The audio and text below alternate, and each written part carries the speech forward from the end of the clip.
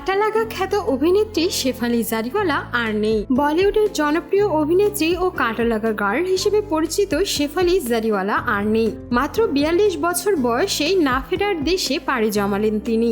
ভারতীয় গণমাধ্যম পিঙ্কভিলা জানিয়েছেন, বৃহস্পতিবার রাতে হঠাৎ অসুস্থ হয়ে পড়লে শেফালিকে হাসপাতালে নেওয়া হয়।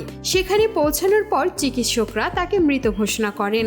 অভিনেত্রীর স্বামী অভিনেতা পারাস ত্যাগী তাকে হাসপাতালে নিয়ে যান বলে গণমাধ্যম সূত্রে জানা গিয়েছে। তবে এখনো পর্যন্ত শেফালির মৃত্যুর নির্দিষ্ট কারণ জানা যায়নি। প্রাথমিকভাবে তিনি হার্ট অ্যাটাক করেছেন বলেই ধারণা করা হচ্ছে, যদিও চিকিৎসকরা জানিয়েছেন ময়নাতদন্তের প্রতিবেদন না আসা পর্যন্ত নিশ্চিতভাবে কিছু বলা যাচ্ছে না। এদিকে শেফালির মৃত্যু ঘিরে বলিউডে শোকের ছায়া নেমে এসেছে। তার রহস্যজনক এই মৃত্যু নিয়ে নানা প্রশ্নেরও সৃষ্টি হয়েছে। প্রসঙ্গত 2002 সালে কাটা লাগা গানের রিমেক ভিডিওতে অভিনয় করে আলোচনায় এসেছিলেন শেফালি। পরবর্তীতে বেশ কিছু মিউজিক ভিডিও ও রিয়েলিটি শোতে অংশ নেন। 2019 সালে জনপ্রিয় রিয়েলিটি শো বিগ বস 13তেও অংশগ্রহণ করেছিলেন। আর এরপরেই তিনি নতুন করে আবারও লাইমলাইটে আসেন। এদিকে মৃত্যুর 2 দিন আগেও করেছেন তিনি ফটোশুট। তার 48 ঘন্টার মধ্যেই শোনা গেল এই দুঃসংবাদ। কাজেই তার রহস্যজনক এই মৃত্যু নিয়ে নানা প্রশ্নের সৃষ্টি হয়েছে। তবে নানাবিধ অসুস্থতা নিয়ে জীবন কাটাতেন শেফালি।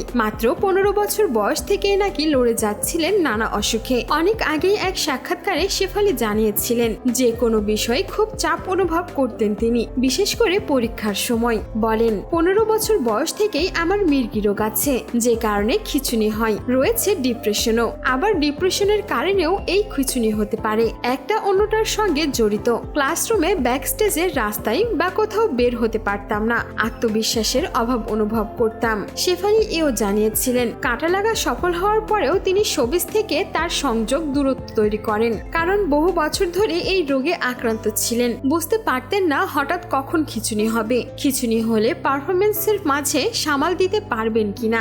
এই মির্গির মতো অসুখকে সামাল দিতেই সতর্ক থাকতেন তিনি। পরে অবশ্য তাকে এই অসুখ খুব বেশি প্রভাব ফেলতে পারেনি। সো ভিউয়ার্স, এই ছিল আমাদের আজকের ভিডিও। আর শেফালি জারিওয়ালার মৃত্যু সম্পর্কে আপনার কোনো মন্তব্য থাকলে জানাতে পারেন আমাদের কমেন্ট বক্সে। আর বিনোদন জগতের এমন লেটেস্ট আপডেট পেতে আমাদের চ্যানেলটিকে সাবস্ক্রাইব করে আমাদের সঙ্গেই থাকুন।